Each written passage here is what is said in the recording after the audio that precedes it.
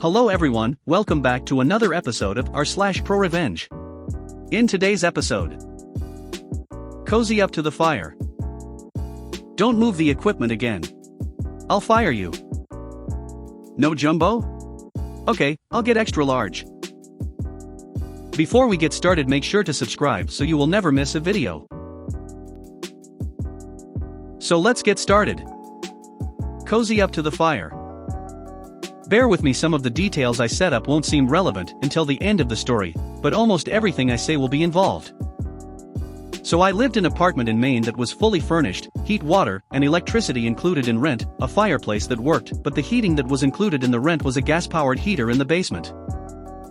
I lived alone, so I felt the need for some companionship, but instead of getting a normal pet like a dog or cat, for some reason I decided to go up bamboo shark.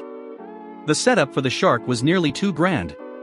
And I felt like it was a good choice because that shark acted like a dog and a cat all at the same time. It was playful and lazy, and had a wonderful personality, especially for just some fish. I will admit I got a little more attached to a fish than normal people would care to admit. I love him. I named him Orion because 3 of his spots were actually kind of shaped like stars, if you used a lot of imagination. The name Orion slowly turned into Ojo, little brother, who would visit wouldn't be able to pronounce Orion, so that's what it became. Anyway, for the first part of the year the apartment was great and a godsend because it was relatively cheap, and it was hard to find an apartment that would pay your electricity and heating, and the landlord was quite nice. Before my lease was up, however, the apartment was sold to a different owner. The new owner was not as pleasant as the previous, and we would often have issues that would pop up that in my mind were not big deals. Such as he would walk by my window, he would say just passing by, which I don't think is true because you'd have to get onto the porch and actually peer into my window and see that I have dishes to do so. In his mind the apartment was a complete wreck and he has the right to kick me out. I double-checked my lease with a realtor friend of mine, and in no spot in the lease with any mention of keeping the apartment clean until move-out day. They could charge me $400 if the apartment was messy. I would always clean up though because I'm not an animal and like to have things relatively clean. One big issue that I had along with other tenants is that we would pay rent, and he would not pay for the gas company to keep our heat on. After a couple times of this in a Maine winter, things were getting rather cold and other tenants were starting to complain. Luckily he turned the heat back on after I sent him an email stating that all the tenants have the same problem, being that we are in the same building as each other, and we need cheap to stay alive, and we are not afraid to press charges. I admit the letter I sent was overkill, and he called me out on it that we could just buy our own gas, but we had already bought our gas through the rent. Unfortunately, however, the following months he did not pay the gas bill again, and I had awoken to my apartment freezing and instantly thought about Orion being cold, so I ran over to make sure the heating on his tank was still working. It was not, or the landlord also cut electricity. So Orion sadly passed away. This made me furious and somewhat depressed, and I demanded to be reimbursed for Orion. This conversation was on the phone and my landlord chuckled on that. Sure, I can deduct it from my next rent payment. He was thinking that Orion was a goldfish, so he owed me 5 cents. I explained to him no, he is not 5 cents, and I also want to be reimbursed for all of his supplies, being that I no longer need them because he killed my fish. He said fine, just write a check for the remainder of the rent, so I sent him a bill for $1,000. The bill made him mad and he said that she would not pay for gas without my rent check. I told him that we were all caught up and other tenants need their heating, so you need to pay the gas for what they pay for as well, being that the heater heats all the apartments. He hung up and I didn't hear from him for 2 weeks, until we started the new month without heat again, and I called him up and said that we need our heat. He said, I don't care what you guys do, you are the 3rd tenant to call me today. I'm on vacation down in Florida, so there's nothing I can do. I made a comment on that. What do you expect us to do, burn all of our furniture trying to stay warm? He laughed at me again and said if that's what you want to do, I'm completely fine with it. It will just help you not leave so much crap in the apartment when I kick you out next month when I get back. Something clicked. She didn't realize when he bought the apartment he was buying all my furniture to that was furnished by the previous owner. So I pulled out a recorder and told him, I'm recording of it, what you say next, can you please repeat, but you told me that it was fine to burn my furniture to keep warm. The landlord said yeah, but I'm not reimbursing you up for any of the furniture. If that's what you want to do, that's what you can do. So I started burning my furniture, and in my apartment the fireplace also heats up the rest of the apartments, so I went to one other tenant and asked him if he was moving next month, and he was, and I told him my evil plan, and how we were heating ourselves this month. She was happy with the plan and donated all of his furniture as well, which was the landlord's. The landlord had come back and I asked for him to come over so we may talk and settle things before I leave. He came in and saw that my apartment was completely emptied. He laughed and made a comment about must have been a cold one last month. I said, yeah, luckily, I had all your stuff here to keep me warm at night. He paused and looked at me and questioned, what do you mean my stuff? Then I asked, didn't you realize that all of the apartments come fully furnished? He seemed to be taken by surprise, and was stammering and said that I would have to replace all the furniture for the next tenants. Don't you remember you told me to burn all the furniture? Not my furniture, he exclaimed. Yours was the only one in the apartment, but I also got some donations from other tenants. I laughed. Both he and I went out of the apartment, me and to my car, him into his, and the last thing he said to me is that I'm going to have to pay him back for this. I had gotten a bill in the mail later on and read it. Oh, he was charging me for all the furniture, even the other apartment's furnitures. Hey, raise the total, $800 table times 2, $80 chair times 8, $200 end table times 4, $40 bar stool times 10, $700 couch times 1, $20,000 for fire damages, $400 cleaning, and hey, race my favorite bill, reimbursement for fraudulent death of pet claims, for $1,000. Quick math, $27,580. Obviously we went to court over this. When I was asked if I felt that these charges were fair, I said no, or he told me to do it. Landlord chuckled.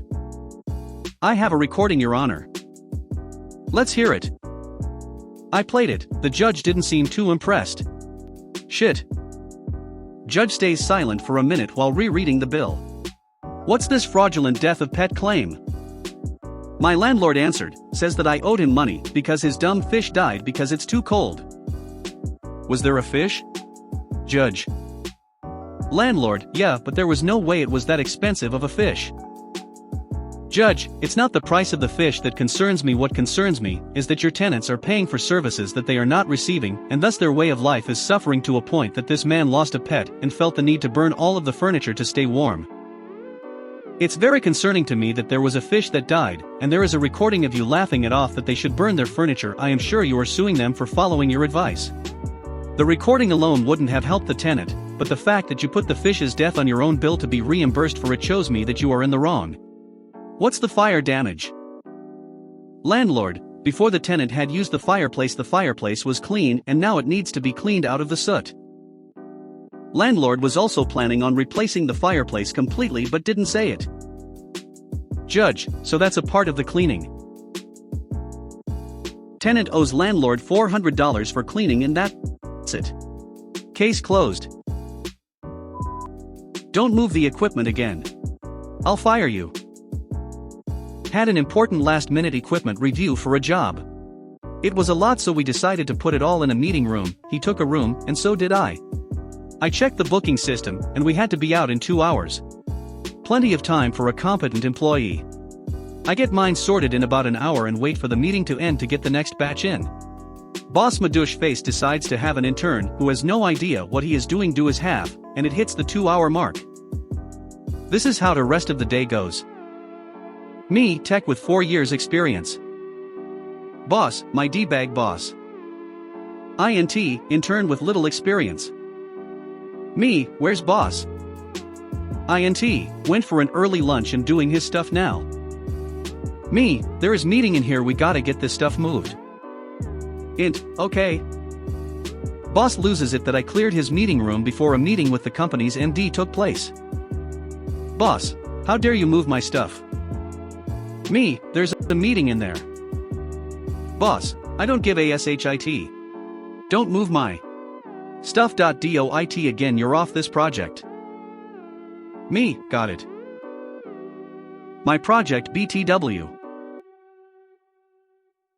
The next day, when there is about 5 meetings in the same room practically back to back, he fills it with different equipment and leaves it there. So did I. When they pleaded, I said it will cost me my job to move that kit. 5 missed/cancelled meetings later with contractors/advisors/clients costing the company a pretty penny. I get a new boss. Heads up, I don't blame the intern. No jumbo? Okay, I'll get extra large. A quick malicious compliance/petty thing I did to my dad yesterday. Nothing major, but hopefully people will enjoy it. I have recently gotten braces, which surprisingly isn't that bad, and the dreaded 6 weeks tightening arrived, and so I left with my sister, mom and dad. Now I have been blessed with fairly decent teeth. Besides the whole spectacle with British people's teeth, I'm half British, dad's side, yet my sister wasn't as lucky.